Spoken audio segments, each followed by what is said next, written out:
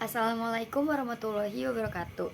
Perkenalkan, nama saya Filza Nadil Syifa dari Prodi Manajemen dengan NIM 256120100229. Di sini saya ingin menjelaskan mengenai materi pengantar akuntansi. Di sini ada perusahaan Teknoplus yang dibuat oleh Daniel yang akan saya jelaskan secara rinci mengenai persamaan dasar akuntansi dan 4 laporan keuangan lengkap, yaitu laporan laba rugi, laporan perubahan ekuitas, laporan posisi keuangan, dan arus kas. Pada 1 November, Daniel menyetor uangnya secara tunai sebesar 30 juta ke rekening perusahaannya sebagai modal usaha. Dan berarti yang dimasuki adalah uang kas dan uang modalnya Daniel sebesar 30 juta. Pada tanggal 4 November, perusahaan membeli peralatan komputer seharga 12 juta secara tunai. Maka di sini yang berkurang adalah kas di 12 juta, lalu yang bertambah di sini adalah peralatan 12 juta.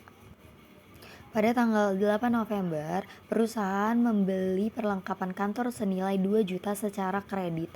Maka di sini perlengkapan bertambah sejumlah 2 juta dan di utang usaha pun juga bertambah sejumlah 2 juta. Pada tanggal 15 November, perusahaan menerima pembayaran tunai sejumlah 9 juta atas jasa konsultasi teknologi yang telah diberikan. Maka di sini pada tanggal 15 ada pendapatan atau pemasukan di kas sejumlah 9 juta. Pada tanggal 25 November ada pembayaran beban-beban seperti gaji karyawan di 3 juta, sewa kantor 1.200.000, beban listrik dan air 600, beban lain-lain 400. Maka di sini yang berpengaruh adalah akun kas dan modal. Di sini pengurangannya yaitu di 3 juta, 1.200.000, 600 dan 400. Di modal pun juga sama. Di situ ada pengurangan sejumlah 3 juta, 1.200.000, 600 dan 400. Pada tanggal 28 November, perusahaan membayar utangnya kepada pemasok sebesar 1.200.000. Maka di sini ada pengurangan kas di 1.200.000 dan pengurangan dan utang usaha di 1.200.000.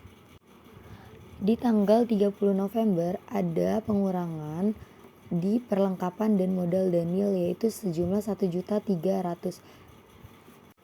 Di tanggal 30 November juga di sini ada pengurangan kas sejumlah 2.500.000 dan pengurangan modal di 2.500.000 prive. Saldo akhirnya di sini dijelaskan yaitu sejumlah dengan 30.800.000. Laporan laba rugi di sini ada pendapatan sejumlah 9 juta dan berkurang dari beban gaji, beban sewa, beban listrik dan air, beban lain-lain, juga beban perlengkapan. Di 3 juta, 1.200.000, 600, 400, 1.300.000, yaitu sejumlah dengan 6.500.000.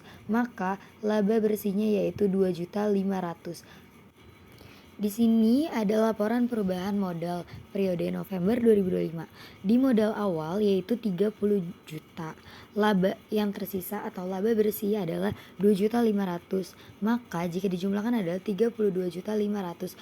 Prive-nya adalah 2.500.000, modal akhir adalah 30 juta.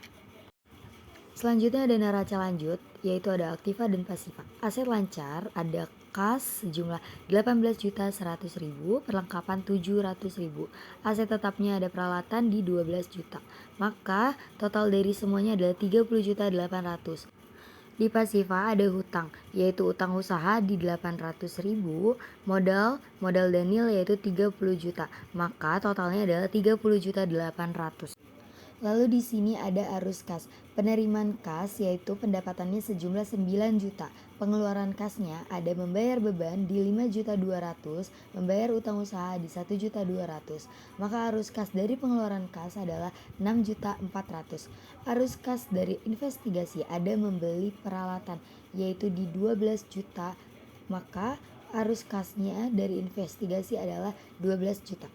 Di sini ada arus kas dari pendanaan investigasi modal awal yaitu 30 juta, penarikan pribadi adalah 2.500.000. Maka jumlahnya adalah 27.500.000. Lalu di sini ada kas air pada 30 November sejumlah 18.100.000. Kesimpulannya, materi akuntansi ini memperlihatkan bagaimana akuntansi berperan penting dalam setiap kegiatan bisnis. Melalui kasus yang diberikan, yaitu Teknoplast, perusahaannya yang dimiliki oleh Daniel, dimulai pada tanggal 1 November 2025, kita bisa melihat bagaimana setiap transaksi dicatat, diklasifikasikan, dan disajikan secara rapi. Sekian penjelasan dari saya, semoga dapat dimengerti, kurang lebihnya mohon maaf. Terima kasih, wassalamualaikum warahmatullahi wabarakatuh.